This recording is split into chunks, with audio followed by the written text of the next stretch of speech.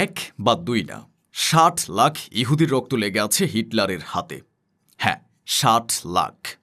বর্তমান বিশ্বে মোট ৮৫টি দেশ আছে যাদের জনসংখ্যা ৬০ লাখেরও কম। হিটলার এতটা উন্মাদ ছিলেন যে তিনি একের পর এক দেশ দখল করে গোটা ইউরোপের মানচিত্রকে তছনছ করে ছেড়েছিলেন। কিন্তু অনেকেই জানেন না কেন হিটলারের মনে এতটা হিংস্রতা ছিল। এই প্রশ্নের উত্তরটা জানতে হলে ফিরে যেতে হবে তার শৈশবে। পকেটে ৪ আনা পয়সা নেই, মাথার উপর নেই বাবা মায়ের ছায়া, দুমুঠো ভাতের জন্য রাস্তায় রাস্তায় নিজের আঁকা ছবি বিক্রি করে ঘুরে বেড়াচ্ছিল এক এতিম ছেলে। ফ্রি স্যুপের জন্য সে লাইনে দাঁড়িয়ে থাকত। কয়েক বছর পর সেই এতিম ছেলেই হয়ে উঠেছিল গোটা পৃথিবীর আতঙ্ক। অনাথ শিশু থেকে হিংস্র শাসক হয়ে ওঠা সে মানুষটাই অ্যাডলফ হিটলার। হিটলার সম্ভবত একমাত্র ব্যক্তি যিনি হেরে গিয়েও বিজয়ীদের চেয়ে বেশি আলোচিত। সাধারণ এক অনাথ শিশু থেকে হিটলারের এই সুবিশাল রাজত্ব ও ত্রাসের সাম্রাজ্য তৈরি করার গল্পে এমন কিছু অন্ধকার অধ্যায় আছে যা এখনও মানুষকে শিওরে তোলে। ক্যাপসুলের এই ভিডিওতে দেখানো হবে এতিম থেকে হিটলার কিভাবে আতঙ্কের নাম হয়ে উঠেছিলেন।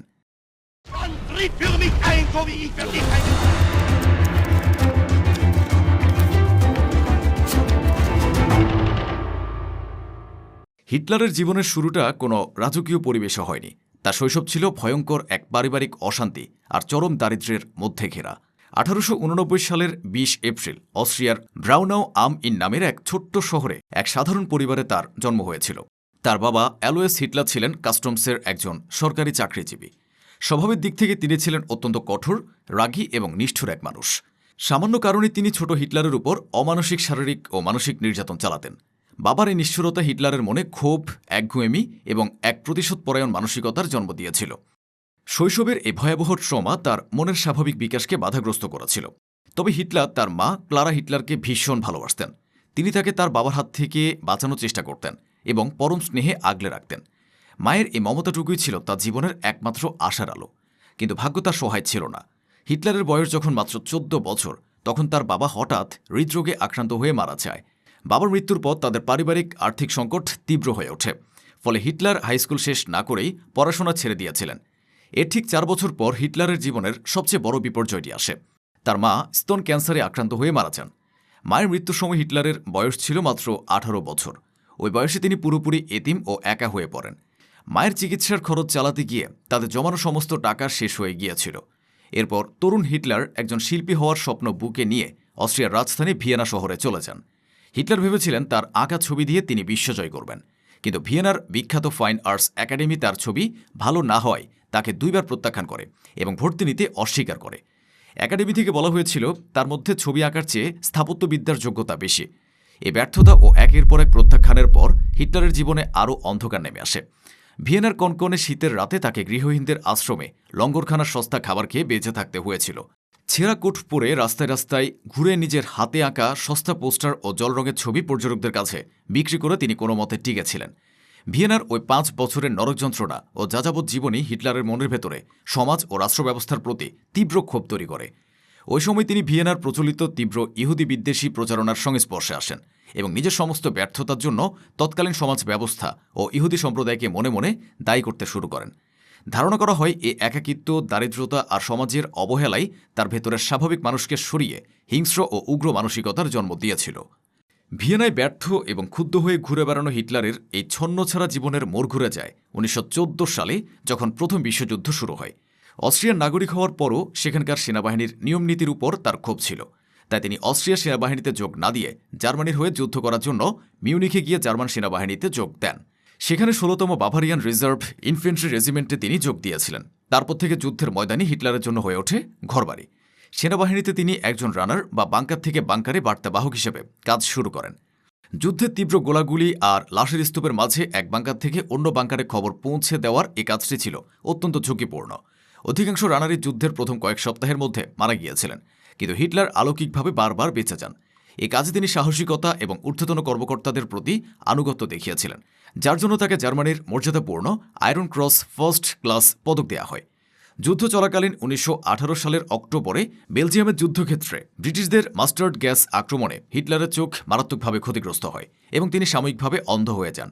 তাকে চিকিৎসার জন্য জার্মানির পাসোয়াক নামক একটি সামরিক হাসপাতালে পাঠানো হয়েছিল। আর হাসপাতালে চিকিৎসাধীন থাকা অবস্থাতেই তিনি খবর পেয়েছিলেন জার্মানি ওই যুদ্ধে আত্মসমর্পণ করেছে। এরপরই ভার্সাই চুক্তির মাধ্যমে জার্মানির উপর অপমানজনক শর্ত, বিশাল অঙ্কের জরিমানা এবং সামরিক বাহিনী ভেঙে দেওয়ার নির্দেশ চাপিয়ে দেওয়া হয়। এ খবরে হিটলার যেমন কষ্ট পেয়েছিলেন, তেমনি তার ক্ষোভটা আরও বেড়ে গিয়েছিল। তিনি বিশ্বাস করতেন জার্মান সেনারা যুদ্ধের ময়দানে হারেনি। তার বিশ্বাস ছিল দেশের ভেতরের কিছু কমিউনিস্ট এবং ইহুদিরা বিশ্বাসঘাতকতা করে জার্মানিকে হারতে বাধ্য করেছিল। ফলে হাসপাতালের বিছানায় শুয়েই অন্ধ হিটলারের মনে প্রতিশোধের তীব্র আগুন জ্বলে ওঠে। পরবর্তীতে তার চোখের দৃষ্টি ফিরে আসার পর তিনি সিদ্ধান্ত নিয়েছিলেন এ অপমানের প্রতিশোধ তাকে নিতেই হবে। আর জার্মানির হারিয়ে যাওয়া গৌরব ও সম্মান বিশ্বমঞ্চে ফিরিয়ে আনতে তাকে রাজনীতির মাঠে নামতে হবে। যুদ্ধ শেষ হওয়ার পর 1919 সালে হিটলার মিউনিখে ফিরে আসেন। জার্মান সেনাবাহিনী তখনও পুরোপুরি বিলুপ্ত হয়নি, তবে এর সদস্য সংখ্যা অনেক কমিয়ে আনা হয়। সেখানে হিটলারকে সেনাবাহিনীর গোয়েন্দা ও তথ্য প্রচার বিভাগের একটি শাখায় কাজ দেওয়া হয়। তার মূল কাজ ছিল যুদ্ধ থেকে ফেরত আসা সৈনিকদের মধ্যে উগ্র জাতীয়তাবাদী ভাবধারা প্রচার করা এবং মিউনিখের বিভিন্ন ছোট ছোট রাজনৈতিক দলের উপর নজরদারি করা। এ কাজের অংশ হিসেবে 1919 সালের সেপ্টেম্বরে তাকে জার্মান ওয়ার্কার্স পার্টি নামের একটি ছোট্ট রাজনৈতিক দলের সভায় ছদ্মবেশে নজরদারি করতে পাঠানো হয়। সে সভায় মাত্র কয়েকজন ব্যক্তি উপস্থিত ছিলেন। সেখানে আলোচনা চলার সময় এক বক্তা সে সময়কার জার্মানির সবচেয়ে বড় রাজ্য বাভারিয়াকে মূল দেশ থেকে আলাদা করে স্বাধীন করার প্রস্তাব দেন। এই প্রস্তাব শুনে হিটলার নিজের ক্ষোভ ধরে রাখতে পারেননি। তিনি হুট করে মঞ্চে উঠে দাঁড়িয়ে যান। এরপর তিনি সেই প্রস্তাবের বিরুদ্ধে কড়া বক্তৃতা দেন। তার সে বক্তৃতা শুনে দলের প্রতিষ্ঠাতারা এতটাই মুগ্ধ হয়েছিলেন যে তারা হিটলারকে তাদের দলে যোগ দেওয়ার জন্য জোরাজুরি করতে শুরু করেন। হিটলারও খেয়াল করেছিলেন এই দলটির চিন্তাভাবনা তার আদর্শ তার নিজের চেতনার সঙ্গে মিলে যায়। তাই তিনি সেনাবাহিনী ছেড়ে দিয়ে সেই ক্ষুদ্র দলের ৫৫তম সদস্য হিসেবে যোগ দেন। হিটলারের মধ্যে বক্তৃতা দেওয়ার অসাধারণ ক্ষমতা ছিল, ফলে অল্প সময়ের মধ্যেই তিনি ওই দলের মূল আকর্ষণে পরিণত হতে থাকেন। এরপর 1920 সালে তিনি দলের নাম পরিবর্তন করে রেখেছিলেন national socialist German workers party, যা পরে সংক্ষেপে নাৎসি পার্টি নামে পরিচিতি পায়। হিটলার খুব ভালো করে জার্মানির সাধারণ মানুষের মন ও আবেগকে নিয়ন্ত্রণ করতে পেরেছিলেন, কারণ প্রথম বিশ্বযুদ্ধের পর জার্মানির মানুষ অর্থনৈতিক মন্দা, বেকারত্ব, ক্ষুধা আর বিদেশের চাপানো নানা অপমানের মধ্যে দিন কাটাচ্ছিল। হিটলার তখন সে দেশের জনগণকে আশ্বস্ত করতে শুরু করেন। তিনি বলেছিলেন জার্মানি আবার বিশ্বসেরা হবে। পাশাপাশি তিনি দেশের দুর্দিনের জন্য দায়ী করেছিলেন ইহুদি পুঁজিপতি আর দুর্বল গণতান্ত্রিক সরকারকে। ধীরে ধীরে জার্মানি জুড়ে তার পরিচিতি বাড়তে থাকে। তার বক্তৃতা শুনতে সভা সমাবেশে মানুষের সংখ্যাও বাড়তে থাকে। অন্যদিকে বাড়তে থাকে তার দল নাৎসি পার্টির সদস্য সংখ্যা। এভাবেই 1921 সালের মধ্যে হিটলার নাৎসি পার্টির সব পুরনো নেতাকে সরিয়ে দিয়ে দলের উপর নিজের নিয়ন্ত্রণ প্রতিষ্ঠা করেন। এদিকে সাধারণ মানুষও তাদের সব কষ্টের মুক্তিদাতা এবং জার্মানির ত্রাণকর্তা হিসেবে হিটলারকেই দেখতে শুরু করে, যার ফলে নাৎসি দলের জনপ্রিয়তা ও শক্তি মিউনিখ ছাড়িয়ে পুরো জার্মানিতে ছড়িয়ে পড়তে শুরু করে। এদিকে 1923 সালের দিকে জার্মানির অর্থনৈতিক অবস্থা আরও খারাপ হয়ে যায়। ফরাসি বাহিনী জার্মানির প্রধান শিল্পাঞ্চল রুর দখল করে নেয়। অন্যদিকে জার্মান মুদ্রার মান তলানিতে গিয়ে ঠেকে। হিটলার এই বিশৃঙ্খলা ও অস্থিরতাকে কাজে লাগান। 1923 সালের 8 নভেম্বর রাতে তিনি তার নাৎসি আধা সামরিক বাহিনী এসএ বা ব্রাউন শার্টসদের নিয়ে মিউনিখের একটি বিশাল বিয়ার হলে হামলা চালান। সেখানে বাভারিয়া রাজ্য সরকারের শীর্ষ কর্মকর্তা এবং সামরিক প্রধানরা একটি গুরুত্বপূর্ণ সভায় উপস্থিত ছিলেন। হলের ভেতরে ঢুকে হিটলার ঘোষণা করেন বাভারিয়া সরকারকে উৎখাত করা হয়েছে। এরপর তিনি জানান তিনি বার্লিনের কেন্দ্রীয় সরকারকে হটানোর জন্য মার্চ করবেন, যা ইতিহাসে বিয়ার হল পুশ বা অভ্যুত্থান নামে পরিচিত। তিনি সামরিক কর্মকর্তাদের জোর করে তার সাথে যোগ দিতে বাধ্য করেন। পরদিন সকালে হিটলার তার 3000 সশস্ত্র কর্মী নিয়ে মিউনিখের রাস্তায় বেরিয়ে পড়েন। তখন বাভারিয়ান পুলিশ এবং সেনাবাহিনী তাদের পথ রোধ করে দাঁড়ায়। শুরু হয় প্রচণ্ড গোলাগুলি। পুলিশের গুলিতে 16 জন নাৎসি কর্মী নিহত হয় এবং হিটলার আহত হন। হিটলারের এই সশস্ত্র অভ্যুত্থান পরিকল্পনা পুরোপুরি ব্যর্থ হয়। নাৎসি কর্মীরা চারিদিকে পালিয়ে যায় এবং 3 দিন পর হিটলারকে দেশদ্রোহিতার অভিযোগে তার এক বন্ধুর বাড়ি থেকে গ্রেফতার করা হয়। দেশদ্রোহিতার অপরাধের শাস্তি সাধারণত মৃত্যুদণ্ড হলেও হিটলারের বিচার প্রক্রিয়াটি তার জন্য এক বিশাল আশীর্বাদে পরিণত হয়। আদালতের বিচারকরা ছিলেন হিটলারের মতোই উগ্র জাতীয়তাবাদী মনোভাবের।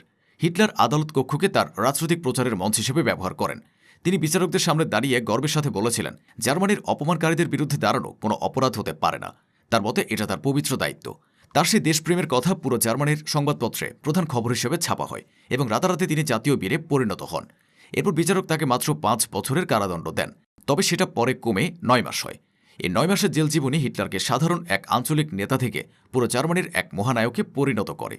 জেল থেকে তিনি 1924 সালের ডিসেম্বরে বের হন। কারাগার থেকে বের হয়ে হিটলার বুঝতে পেরেছিলেন জোর করে ক্ষমতা দখল করা সম্ভব হবে না। ক্ষমতা যেতে হলে জার্মানির আইন ও গণতান্ত্রিক নির্বাচন ব্যবস্থা ব্যবহার করেই তাকে ক্ষমতার শীর্ষে পৌঁছাতে হবে। এই ভাবনা থেকে তিনি তার নিষিদ্ধ হয়ে যাওয়া নাৎসি পার্টিকে নতুনভাবে সংগঠিত করতে শুরু করেন। সময়টা 1929 সালের অক্টোবর। আমেরিকার শেয়ার বাজারে হুট করেই এক ভয়াবহ ধস নামে, যার ফলে পুরো বিশ্বে এক চরম অর্থনৈতিক মন্দা দেখা দিয়েছিল। যাকে ইতিহাসে গ্রেট ডিপ্রেশন বা মহামন্দা বলা হয়। এই বিশ্বমন্দার সবচেয়ে মারাত্মক এবং ধ্বংসাত্মক প্রভাব পড়েছিল জার্মানির উপর। আমেরিকার ব্যাংকগুলো জার্মানিকে দেওয়া সমস্ত ঋণ রাতারাতি ফেরত নেওয়ায় জার্মানির ভঙ্গুর অর্থনীতি তাসের ঘরের মতো ধসে পড়তে থাকে। লাখ লাখ মানুষ রাতারাতি চাকরি হারিয়ে রাস্তায় বসে পড়ে। 1932 সালের মধ্যে জার্মানিতে বেকার মানুষের সংখ্যা 60 লাখ ছাড়িয়ে যায়। পুরো দেশে তখন অনাহার, হাহাকার, চুরি, ডাকাতি আর রাজনৈতিক সহিংসতা শুরু হয়। এই মানবিক বিপর্যয় ও বিশৃঙ্খলার সুযোগটাই লুফে নেন হিটলার। তিনি হতাশ ও ক্ষুব্ধ জনগণের সামনে গিয়ে দাঁড়ান এবং তাদের আশার আলো দেখাতে শুরু করেন। সে সময় হিটলার বিমানে চড়ে জার্মানির এক শহর থেকে অন্য শহরে উড়ে গিয়ে দিনে 4 থেকে 5টি বিশাল জনসভায় বক্তব্য দিতেন। তিনি জনগণকে প্রতিশ্রুতি দিয়েছিলেন যে তিনি ক্ষমতায় আসলে সবাইকে চাকরি দেবেন, পাশাপাশি কলকারখানা আবার চালু করবেন, কৃষকদের ঋণ মওকুফ করবেন এবং ভার্সাই চুক্তির অপমানজনক শর্ত থেকে বেরিয়ে জার্মানির সামরিক গৌরব ফিরিয়ে আনবেন। তার কথায় বেশিরভাগ মানুষ আশ্বস্ত হয়। এর ফলে 1932 সালের জুলাই মাসের সংসদীয় নির্বাচনে নাৎসি পার্টি জার্মানির পার্লামেন্টে 230টি আসন জিতে দেশের একক বৃহত্তম রাজনৈতিক দল হিসাবে আত্মপ্রকাশ করে। দেশটির বড় বড় শিল্পপতি, ব্যবসায়ী এবং সামরিক উচ্চপদস্থ কর্তারা কমিউনিস্টদের হাত থেকে নিজেদের সম্পদ বাঁচাতে এবং দেশে শান্তি ফিরিয়ে আনতে হিটলারকে বিপুল অর্থ ও সমর্থন দিতে শুরু করেন। অবশেষে 1933 সালের 30 জানুয়ারি জার্মানির তৎকালীন প্রেসিডেন্ট ফিল্ড মার্শাল পল ভন হিন্ডেনবার্গ হিটলারকে দেশটির চ্যান্সেলর হিসেবে নিয়োগ দেন। আর ক্ষমতা পাওয়ার পরপরই হিটলার তার আসল দাপট দেখাতে শুরু করেন। তিনি জানতেন তাকে পুরো ক্ষমতা পেতে হলে পার্লামেন্টের 2/3 সদস্যের সমর্থন লাগবে। হিটলার চ্যান্সেলর হওয়া মাত্র 1 মাসের মাথায় 1933 সালের 27 ফেব্রুয়ারি রাতে জার্মানির পার্লামেন্টে রহস্যজনকভাবে এক ভয়াবহ অগ্নিকাণ্ড ঘটে। হিটলারের জন্য ঘটনাটি সুবিধা বয়ে আনে। কোনো প্রমাণ ছাড়াই তিনি এই আগুনের সব দায় কমিউনিস্টদের উপর চাপিয়ে দেন এবং দাবি করেন কমিউনিস্টরা দেশে একটি সশস্ত্র বিপ্লব শুরু করতে যাচ্ছে। হিটলার পরদিনই প্রেসিডেন্ট হিন্ডেনবার্গকে বুঝিয়ে একটি বিশেষ ডিক্রি বা জরুরি অবস্থা জারি করিয়ে নেন, যার নাম ছিল রাইখস্টাগ ফায়ার ডিক্রি। এই ডিক্রির মাধ্যমে জার্মানির সংবিধানের সব মৌলিক অধিকার, বাক স্বাধীনতা, সংবাদপত্রের স্বাধীনতা এবং সমাবেশের অধিকার সাময়িকভাবে কেড়ে নেওয়া হয়। নাৎসি বাহিনীর সদস্যদের সহায়তায় পুলিশ রাতারাতি হাজার হাজার কমিউনিস্ট নেতা, সমাজকর্মী এবং বিরোধী দলের সংসদ সদস্যদের গ্রেফতার করে কারাগারে পাঠায়। এরপর 1933 সালের মার্চ মাসে হিটলার পার্লামেন্টে অ্যানাবলিং অ্যাক্ট বা একচ্ছত্র ক্ষমতা প্রদান আইন পাশ করিয়ে নেন। নাৎসি বাহিনী তখন পুরো পার্লামেন্ট ভবন ঘেরাও করে রেখেছিল এবং বিরোধী দলগুলোর অনুপস্থিতিতে এক চরম ভয়ের পরিবেশে এ আইন পাশ করানো হয়েছিল। এই আইনের মাধ্যমে হিটলারকে পার্লামেন্টে বা প্রেসিডেন্টের অনুমোদন ছাড়াই সরাসরি ডিক্রি জারি করে যে কোনো আইন তৈরি ও বাস্তবায়নের ক্ষমতা দেওয়া হয়। এর মাত্র কয়েক মাসের মধ্যে হিটলার জার্মানির সব রাজনৈতিক দল নিষিদ্ধ করেন, ট্রেড ইউনিয়নগুলো ভেঙে দেন, সকল স্বাধীন সংবাদপত্র বন্ধ করে দেন এবং বিচার বিভাগকে নাৎসি দলের অধীনে নিয়ে আসেন। 1934 সালের আগস্ট মাসে প্রেসিডেন্ট হিন্ডেনবার্গের মৃত্যুর পর হিটলার চ্যান্সেলর এবং প্রেসিডেন্ট পদ দুটিকে একীভূত করে নিজেকে জার্মানির একমাত্র নেতা হিসেবে ঘোষণা করেন। এরপর দেশের প্রতিটি সৈনিককে হিটলারের প্রতি ব্যক্তিগত আনুগত্যের শপথ নিতে বাধ্য করা হয়। এভাবে জার্মানির বহুদলীয় গণতন্ত্রের কফিনে শেষ পেরেকটি ঠুকে দিয়ে হিটলার তার ত্রাসের রাজত্ব শুরু করেন। পুরোপুরি ক্ষমতা পাওয়ার পর হিটলার খুব দ্রুত জার্মানির অর্থনীতি, সমাজ ব্যবস্থা এবং সামরিক কাঠামোর চেহারা বদলে দিতে শুরু করেন। তিনি জানতেন জনগণের সমর্থন ধরে রাখতে হলে তাকে প্রথমে অর্থনৈতিক প্রতিশ্রুতির বাস্তবায়ন করতে হবে। তিনি জার্মানির বিখ্যাত অর্থনীতিবিদ হেলমার শ্যাটের উপর অর্থনীতি পুনর্গঠনের দায়িত্ব দেন। এরপর দেশটির বেকারত্ব দূর করার জন্য বিশাল সব সরকারি অবকাঠামো প্রকল্প হাতে নেওয়া হয়। পুরো জার্মানি জুড়ে তৈরি করা হয় বিশ্বের প্রথম আধুনিক ও দ্রুতগতির হাইওয়ে নেটওয়ার্ক বা অটোবান। সাধারণ মানুষের সাধ্যের মধ্যে এবং কম খরচে যাতায়াতের জন্য হিটলার একটি গাড়ি তৈরির নির্দেশ দিয়েছিলেন, যার নকশা করেছিলেন ফার্ডিনান্দ পোর্শে। আর এভাবে জন্ম হয়েছিল বিখ্যাত গাড়ি কারখানা ভক্স ওয়াগন বা পিপলস কারের। বিশাল বিশাল সরকারি ভবন এবং আবাসন প্রকল্প নির্মাণের ফলে জার্মানির কোটি কোটি বেকার মানুষের কর্মসংস্থান হয়েছিল। মাত্র 3 থেকে 4 বছরের মধ্যে জার্মানির বেকারত্ব অনেকটাই দূর হয়ে গিয়েছিল এবং দেশটির শিল্প উৎপাদন কয়েকগুণ বৃদ্ধি পেয়েছিল। এই অর্থনৈতিক সাফল্য সাধারণ জার্মান মানুষের চোখে হিটলারকে এক দেবতার আসনে বসিয়ে দেয়। ফলে মানুষ তার সমস্ত স্বৈরতান্ত্রিক সিদ্ধান্তকে মেনে নিতে শুরু করে। কিন্তু হিটলারের আসল লক্ষ্য শুধু নিজ দেশের উন্নয়ন করা ছিল না, তার মূল ও গোপন লক্ষ্য ছিল এক মহাযুদ্ধের প্রস্তুতি। প্রথম বিশ্বযুদ্ধের পর ভার্সাই চুক্তির মাধ্যমে জার্মানির সামরিক শক্তির উপর কিছু কঠোর নিষেধাজ্ঞা চাপিয়ে দেওয়া হয়। যেমন জার্মানি কোনো ট্যাঙ্ক, যুদ্ধবিমান বা সাবমেরিন তৈরি করতে পারবে না এবং সৈন্য সংখ্যা 1 লাখের বেশি হতে পারবে না। হিটলার ক্ষমতায় এসে এসব শর্তকে বুড়ো আঙুল দেখিয়ে অমান্য করেন। তিনি প্রথমে গোপনে এবং পরে 1935 সাল থেকে প্রকাশ্যে জার্মানির পুনরস্ত্রীকরণ শুরু করেন। তিনি জার্মানির প্রধান প্রধান ভারী শিল্প কারখানাগুলোকে যুদ্ধের অস্ত্র, গোলাবারুদ, ট্যাঙ্ক এবং যুদ্ধজাহাজ তৈরির কারখানায় রূপান্তর করেন। যুবকদের জন্য বাধ্যতামূলক সামরিক সেবা চালু করা হয়, যার ফলে মাত্র কয়েক বছরের মধ্যে জার্মানির সৈন্য সংখ্যা 1 লাখ থেকে বেড়ে লক্ষাধিক শক্তিশালী ও আধুনিক সেনাবাহিনীতে পরিণত হয়। হিটলারের নির্দেশে গড়ে ওঠে বিশ্বের সবচেয়ে অত্যাধুনিক এবং শক্তিশালী বিমান বাহিনী লুফটওয়াফে এবং তৈরি হয় এক অপরাজেয় ট্যাঙ্ক বা প্যাঞ্জার বহর। সামরিকভাবে শক্তিশালী হওয়ার পরপরই শুরু হয় হিটলারের সুবিশাল রাজত্ব তৈরির আগ্রাসী ও বেপরোয়া সামরিক অভিযান। 1936 সালে তিনি ভার্সে চুক্তি অমান্য করে সৈন্য পাঠিয়ে ফ্রান্সের সীমান্তবর্তী এলাকা রাইনল্যান্ড পুনর্দখল করেন। ফ্রান্স ও ব্রিটেন সামরিক ব্যবস্থা নেওয়ার ক্ষমতা রাখলেও তারা যুদ্ধ এড়ানোর জন্য কোনো পদক্ষেপ নেয়নি। বিশ্বশক্তির এ দুর্বলতা দেখে হিটলারের সাহস আরও বেড়ে যায়। 1938 সালের মার্চে হিটলারের সেনাবাহিনী কোনো রক্তপাত ছাড়াই তার নিজের জন্মভূমি অস্ট্রিয়ায় প্রবেশ করে এবং তাকে জার্মানির সাথে যুক্ত করে নেয়। এরপর হিটলারের নজর পড়ে প্রতিবেশী দেশ চেকোস্লোভাকিয়ার উপর, যেখানে বিপুল সংখ্যক জার্মানভাষী মানুষ বাস করত। হিটলার চেকোস্লোভাকিয়া আক্রমণের হুমকি দিলে ইউরোপে আবার যুদ্ধের মেঘ ঘনীভূত হয়। 1938 সালের সেপ্টেম্বরে মিউনিক চুক্তির মাধ্যমে ব্রিটেন ও ফ্রান্সের নেতারা যুদ্ধ এড়ানোর জন্য এবং হিটলারকে শান্ত রাখার জন্য চেকোস্লোভাকিয়ার একটি অংশ তার হাতে ছেড়ে দেয়, কিন্তু এতেও হিটলারের সাম্রাজ্য বিস্তারের ক্ষুধা মেটানো সম্ভব হয়নি। মিউনিক চুক্তির মাত্র কয়েক মাসের মধ্যে 1939 সালের মার্চে হিটলারের নাৎসি বাহিনী পুরো চেকোস্লোভাকিয়া দখল করে নেয়। বিশ্বশক্তির এই নীরবতা ও দুর্বলতা হিটলারের অহংকার ও আত্মবিশ্বাসকে আরও বাড়িয়ে দেয়। তিনি বুঝতে পেরেছিলেন পূর্ব ইউরোপে তার সুবিশাল রাজত্ব বিস্তারের পথে বাধা দেওয়ার মতো ক্ষমতা এই মুহূর্তে ইউরোপের কোনো শক্তির নেই।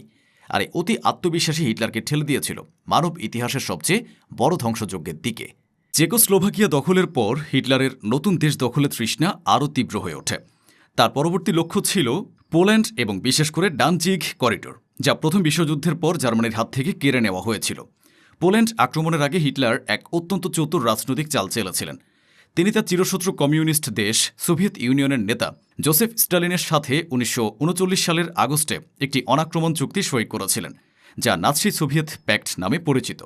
এই চুক্তির গোপন শর্ত ছিল জার্মানি ও রাশিয়া মিলে পোল্যান্ডকে নিজেদের মধ্যে ভাগ করে নেবে।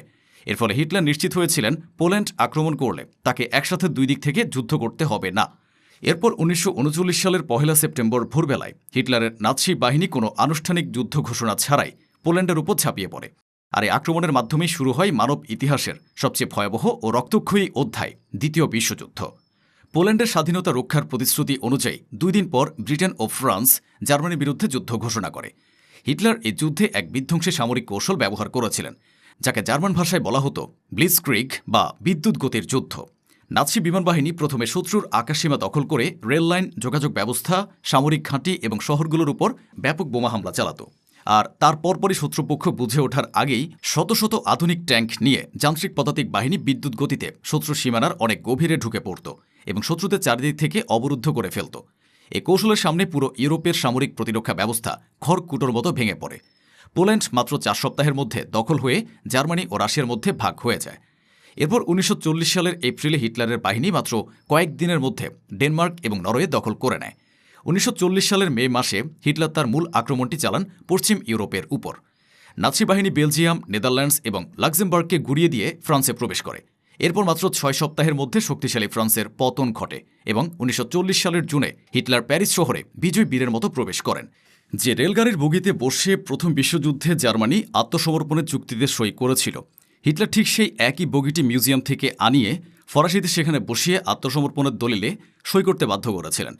এভাবে তিনি তার জীবনের সবচেয়ে বড় প্রতিজ্ঞার প্রথম অংশটি পূরণ করেন। এদিকে ফ্রান্সের পতনের পর পুরো ইউরোপে ব্রিটেন একা হয়ে পড়ে। হিটলারের বিমান বাহিনী ব্রিটেনের আকাশ দখল করার জন্য লন্ডনের উপর মাসের পর মাস ধরে বোমাবর্ষণ করে পুরো শহর ধ্বংসস্তূপে পরিণত করেছিল। কিন্তু ব্রিটিশ প্রধানমন্ত্রী উইনস্টন চার্চিলের অদম্য নেতৃত্ব এবং রয়্যাল এয়ারফোর্সের বীরত্বের কারণে হিটলার ব্রিটেন দখল করতে ব্যর্থ হয়। এরপর ব্রিটেনকে পাশ কাটিয়ে হিটলার তার আসল লক্ষ্যের দিকে নজর দেন। 1941 সালের 22 জুন হিটলার তার জীবনের সবচেয়ে বড় এবং মারাত্মক সামরিক অভিযান শুরু করেছিলেন, যার কোড নাম ছিল অপারেশন বারবারোসা।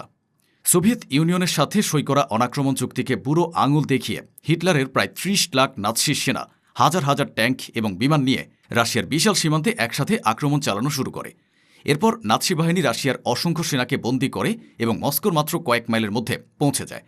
একসময় পুরো ইউরোপের মানচিত্রে কেবল হিটলারের নাৎসিদের পতাকা উড়ছিল। হিটলারের এই সুবিশাল রাজত্ব ও ত্রাসের সাম্রাজ্য পশ্চিমে আটলান্টিক মহাসাগরের উপকূল থেকে শুরু করে পূর্বে রাশিয়ার ভলগা নদী পর্যন্ত এবং উত্তর নরওয়ে থেকে দক্ষিণে উত্তর আফ্রিকার মরুভূমি পর্যন্ত বিস্তৃত হয়েছিল। সে সময় হিটলারের ক্ষমতা দেখে পৃথিবীর মানুষ ধরে নিয়েছিল এই নাৎসি সাম্রাজ্য হয়তো অপরাজেয় থেকে যাবে। কিন্তু ইতিহাসের নির্মম পরিহাস হল এই সুবিশাল সাফল্যের আড়ালে লুকিয়েছিল তার পতনের বীজ। হিটলার সময়ের সাথে সাথে আরও বেশি আগ্রাসী হয়ে উঠেছিলেন। তার উগ্র জাতিগত ধারণা অনুযায়ী জার্মান বা আর্য জাতি ছিল পৃথিবীর সর্বশ্রেষ্ঠ জাতি এবং প্রকৃতির নিয়ম অনুযায়ী পৃথিবীর শাসনকর্তা তারাই। অন্যদিকে ইহুদি, জিপসি, কৃষ্ণাঙ্গ এবং পূর্ব ইউরোপের স্লাভিক জাতিগুলো ছিল তার চোখে উন্টারমেনশন বা উপমানব এবং সমাজের আবর্জনা। তিনি বিশ্বাস করতেন আর্য জাতির শুদ্ধতা রক্ষার জন্য এদের পৃথিবী থেকে সরিয়ে দেওয়া প্রয়োজন। 1930 সালে ক্ষমতা পাওয়ার পর থেকেই হিটলার ধাপে ধাপে ইহুদিদের উপর সামাজিক, অর্থনৈতিক ও রাষ্ট্রীয় নির্যাতন শুরু করেন। 1935 সালের নুরেমবার্গ আইনের মাধ্যমে ইহুদিদের জার্মানির নাগরিকত্ব কেড়ে নেওয়া হয়। জার্মানদের সাথে তাদের বিয়ে নিষিদ্ধ করা হয় এবং তাদের ব্যবসা বাণিজ্য বন্ধ করে দেওয়া হয়। এরপর 1938 সালের 9 নভেম্বর রাতে পুরো জার্মান জুড়ে ইহুদিদের ঘরবাড়ি, দোকান এবং উপাসনালয় জ্বালিয়ে দেওয়া হয় এবং শত শত ইহুদিকে হত্যা করা হয়।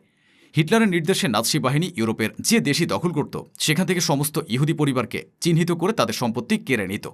এরপর প্রথমে তাদের শহরের একটি নির্দিষ্ট অবরুদ্ধ এলাকায় আটকে রাখত। পরে সেখান থেকে পুরুষ, নারী ও শিশুদের পশুর মতো মালবাহী ট্রেনে গাদাগাদি করে কোনো খাবার ও পানি ছাড়া দিনের পর দিন ভ্রমণ করিয়ে পোল্যান্ড এবং জার্মানির প্রত্যন্ত অঞ্চলে তৈরি করা বিশাল বিশাল বন্দি শিবিরে পাঠিয়ে দেওয়া হতো। আউশভিটজ, বিরকেনাউ বা ট্রেবলিঙ্কোর মতো ভয়ঙ্কর সব ক্যাম্পে তৈরি করা হয়েছিল বিশাল বিশাল আধুনিক গ্যাস চেম্বার। ট্রেন থেকে নামানোর পর যারা কাজ করার যোগ্য তাদের শ্রম শিবিরে পাঠানো হতো, আর শিশু, গর্ভবতী নারী, বৃদ্ধ এবং অসুস্থদের সরাসরি গোসল করার কথা বলে গ্যাস চেম্বারে ঢুকিয়ে দেওয়া হতো। চেম্বারের লোহার দরজা ভেতর থেকে লক করে দেওয়ার পর উপরে ছিদ্র দিয়ে ছিটানো হতো জাইক্লোন বি নামক এক মারাত্মক বিষাক্ত গ্যাস। মাত্র 10 থেকে 15 মিনিটের মধ্যে একসাথে হাজার হাজার মানুষ তীব্র যন্ত্রণায় ছটফট করতে করতে শ্বাসরোধ হয়ে অত্যন্ত নির্মমভাবে মারা যেত। এরপর নাৎসি কর্মীরা তাদের মূল্যবান জিনিসপত্র খুলে নিয়ে লাশগুলোকে বিশাল বিশাল চুল্লিতে পুড়িয়ে ছাই করে দিত বা গণকবর দিত। নারী, শিশু, নবজাতক কিংবা বৃদ্ধ, হিটলারের এই তীব্র ঘৃণার রাজত্বে কাউকে রেহাই দেওয়া হয়নি। হিটলারের এই আগ্রাসনের কারণে প্রায় 60 লাখ ইহুদি এবং আরও লাখ লাখ নিরপরাধ মানুষকে অত্যন্ত ঠান্ডা মাথায় পরিকল্পিতভাবে হত্যা করা হয়েছিল। এই সুপরিকল্পিত গণহত্যা ইতিহাসে হলোকস্ট নামে পরিচিত। প্রকৃতির কিছু নিয়ম আছে। অহংকার, অন্যায়, তীব্র ঘৃণা আর অত্যাচারের পতন সবসময়ই নিশ্চিত এবং অত্যন্ত নির্মম হয়। হিটলার সাফল্যের চূড়ায় বসে নিজেকে অপরাজেয় ভাবার পাশাপাশি নিজের জীবনের সবচেয়ে বড় ও আত্মঘাতী সামরিক ভুলটি করে বসেন। 1941 সালের শেষ দিকে রাশিয়ার তীব্র এবং বরফ শীতল শীতের প্রকোপ শুরু হলে জার্মান সেনাবাহিনীর গতি কমে যায়। -40°C সেই শীতের জন্য জার্মান সৈন্যদের কোনো প্রস্তুতি ছিল না। সৈন্যরা তীব্র ঠান্ডায় মারা যেতে শুরু করে। ঠিক ওই সময়ে সোভিয়েত লাল ফৌজ বা রেড আর্মি তাদের সর্বশক্তি দিয়ে পাল্টা আক্রমণ শুরু করে। এই রক্তক্ষয়ী যুদ্ধে হিটলারের শক্তিশালী বাহিনী সোভিয়েত বাহিনীর কাছে পরাজিত হয় এবং আত্মসমর্পণ করতে বাধ্য হয়। এই পরাজয়ের পর হিটলারের পতনও ঘনিয়ে আসে এবং নাৎসি বাহিনী পিছু হটা শুরু করে। একই সময় আমেরিকা সরাসরি যুদ্ধে যোগ দেওয়ায় জার্মানিকে একসাথে দুই দিকে বিশাল ফ্রন্টে যুদ্ধ করতে হচ্ছিল। 1944 সালের জুন মাসে মিত্রবাহিনী ফ্রান্সে প্রবেশ করে এবং ফ্রান্সকে নাৎসি দখলমুক্ত করে। মিত্রবাহিনী হল দ্বিতীয় বিশ্বযুদ্ধে ব্রিটেন, যুক্তরাষ্ট্র, সোভিয়েত ইউনিয়ন ও চীনের নেতৃত্বাধীন জোট। আর অক্ষশক্তি হল এই যুদ্ধে জার্মানি, ইতালি ও জাপানের জোট। মিত্রবাহিনীর আক্রমণের পর হিটলারের তৈরি করা সুবিশাল নাৎসি রাজত্ব চারদিক থেকে তাসের ঘরের মতো ভেঙে পড়তে শুরু করে। দিন রাতের অবিরাম বোমাবর্ষণে জার্মানির বড় বড় শহর ধ্বংসস্তূপে পরিণত হয়। কিন্তু হিটলারের অহংকার এত বেশি ছিল যে তিনি আত্মসমর্পণ করতে অস্বীকার করেছিলেন এবং জার্মানির 16 থেকে 17 বছরের কিশোর ও বৃদ্ধদেরও বন্দুক দিয়ে যুদ্ধের ময়দানে মৃত্যুর মুখে ঠেলে দিয়েছিলেন। 1945 সালের এপ্রিলের শেষ দিকে সোভিয়েত সেনারা জার্মানির রাজধানী বার্লিন শহরের কেন্দ্রস্থলে ঢুকে পড়ে। এরপর তারা হিটলারের মাটির নিচের গোপন বাংকারের কাছাকাছি চলে আসে। সে সময় হিটলার বুঝতে পেরেছিলেন তার চূড়ান্ত পরাজয় ও ধ্বংস অবধারিত। শত্রুর হাতে জীবিত বন্দী হয়ে অপমানিত হওয়ার চেয়ে তিনি মৃত্যুকে বেছে নেওয়া ভালো মনে করেছিলেন।